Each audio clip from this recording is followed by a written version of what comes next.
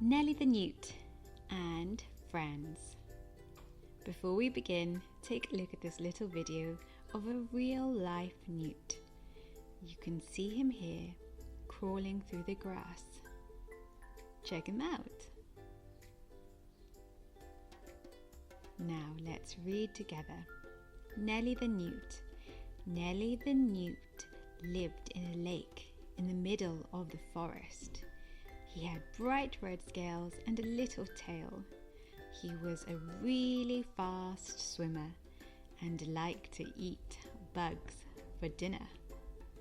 One day, Nelly sat on a log with his best friend, Ned the frog. They decided to make a boat and see if they could make it float.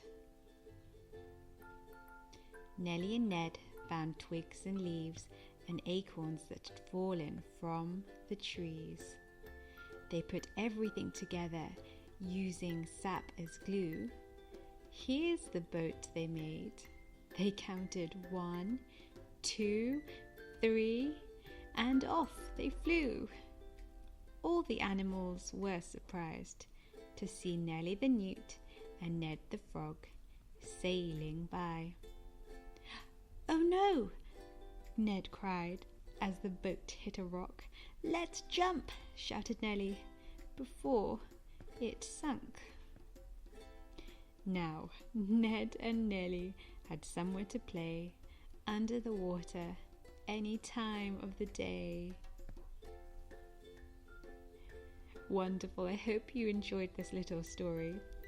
And here's a fun fact about newts. Did you know that newts are shy and we call them nocturnal animals, which means they like to wake up and move about in the night, and they usually go to sleep in the day. They can also breathe both on land and underwater. How cool is that? And now, before we finish, let's have another look at a couple of newts. This time they're underwater, not on the land. Come and have a look with me.